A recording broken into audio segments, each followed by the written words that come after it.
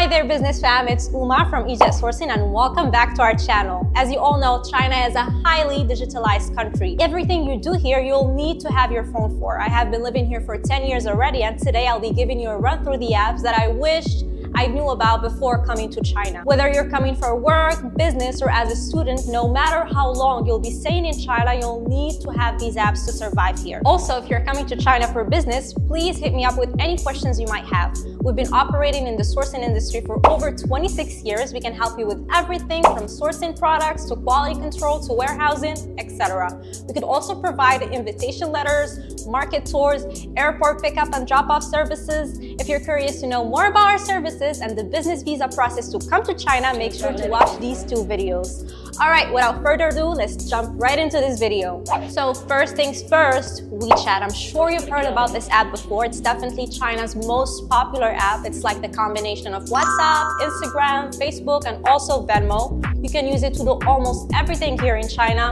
such as sending text, audio and video messages, etc. WeChat has an English version, and the coolest feature about it is that all the messages sent on the app can be automatically translated to English or Chinese. Even voice recordings can be transcribed and translated.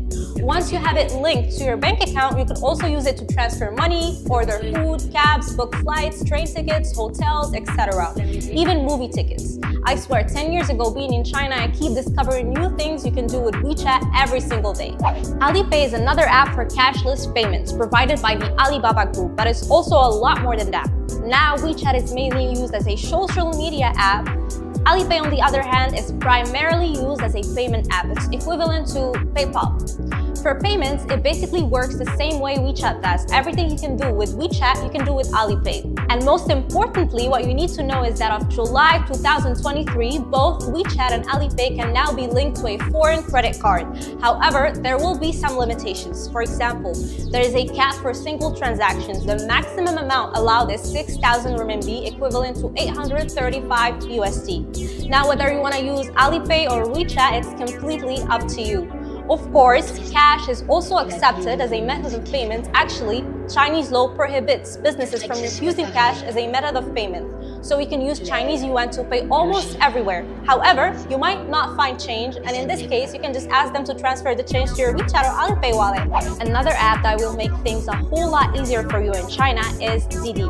Didi is a taxi hailing service, pretty much the same version as an Uber or Lyft. You put your location in, desired destination, and a driver will come to pick you up in a matter of minutes. There is a whole lot of options within Didi, including private car, taxis, shared rides, depending on your budget.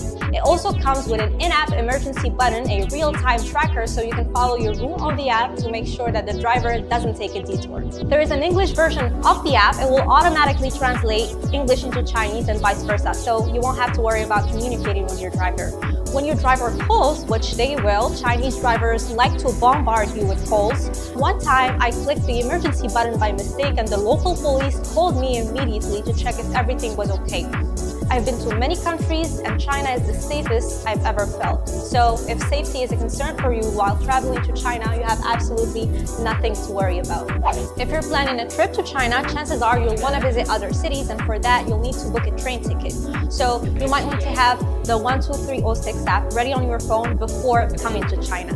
This app is super easy to use and lets you search for train schedules, buy tickets, and manage your bookings all in one place. It is available for both iOS and Android. Of course, as mentioned before, you can use Alipay or WeChat to book train tickets, but the latter may come with high service fees, so it's better to do your train ticket booking via the app directly.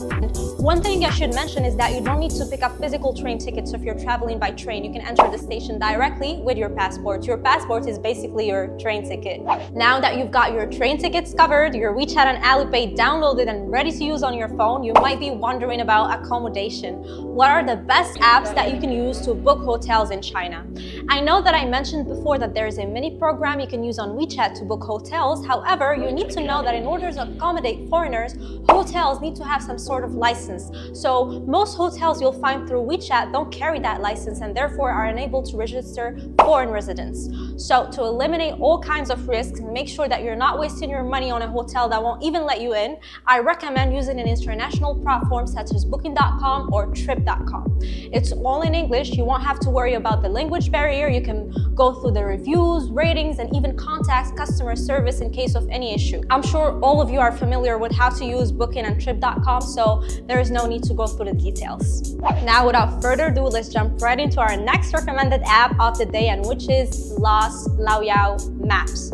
Now, I don't know about you, but I'm definitely a map person. I need to use a map to know exactly where I'm going. Otherwise, I'll be lost. My brain is just wired this way. And I'm sure you all know of the Great Firewall, which blocks access to almost all foreign websites and apps, including Google Maps. So no, unfortunately, Google Maps is not an option navigating China. If you have an iPhone, just skip this part. You can just use Apple Maps, but if you're an Android user, what you can do is download Lost Laoyao on your phone, which is the only map I know that shows everything in English, Chinese, and Pinyin. It also allows you to search for addresses in English and Pinyin. You can also use it to get direction for taking buses, trains, subways, or if you just want to walk around. You can also set up your favorite locations on the app, discover restaurants, entertainment venues, business destinations, and much more. I personally wish I knew about this sooner. It would have made life a whole lot easier when I first came to China. Now, if you're feeling lazy, you don't want to go out to eat, you just want to order takeout or groceries and call it a night, you can do that via Meituan. The delivery guy will come to you on a motorbike or electric bike wherever you are and deliver your food. It's convenient, fast, and usually cheaper than going to a restaurant. They will also give you a whole lot of discounts and coupons to use. It's not just a food delivery app. You can also use it to discover restaurants, all kinds of activities and offerings in your vicinity. Beauty spa treatments, fitness classes, pet grooming, movie tickets, and much more. Now, if you're in a bigger city like Beijing or Shanghai, you'd mostly want to use the subway as it can get a bit expensive to mostly rely on Didi as your main method of transportation. And for that, you'll need a reliable tool like Metroman to help you navigate the country's complex subway systems. You'll just need to select your province and city, type in from where to where search, and you'll be able to see the map, price to get there, where you can stop, or if you need to transfer to another train. Metroman will give you real-time information on train arrivals, departures, and service disruptions, and you can also access it offline. Once you're in the station, metro, subway, however you want to call it, just pull out your handy Alipay app, go to Transport, select Metro, download the Metro card for the city that you're in, scan the QR code, and you're ready to ride. It's so easy to change the language as well. It's great for everybody. Last but not least, if you're planning to come to China and you don't even speak Chinese, like me, you'll need a translation app to communicate with the locals. I personally recommend using Baidu Translate. I find that it gives the most accurate translations out of all the apps that I've tried. It supports an array of languages. You can use it to translate both written and spoken words. It uses voice recognition for spoken translations. It features image translation as well, which is particularly useful if you want to translate signs, menus, and other visual text. And if you're worried about your internet connection going off, just download the language packs you need in advance and you can use it offline as well. Alright guys, that's a wrap on today's video. I hope you find the information that we shared helpful, and if you did, make sure to hit that like button, share with others, and follow us for more related content. I will link all the apps that we mentioned throughout the video down below in the description box, so make sure you check that out. We also made a blog post about the must-have apps that you need to download before coming to China, which includes much more apps and details. So make sure to check that out. I'll also link the URL down below in the description box. This is EJET, China sourcing expert. If you have any business inquiry or general questions about doing business in China, don't hesitate to send a DM or leave a comment down below. Goodbye, see you next time.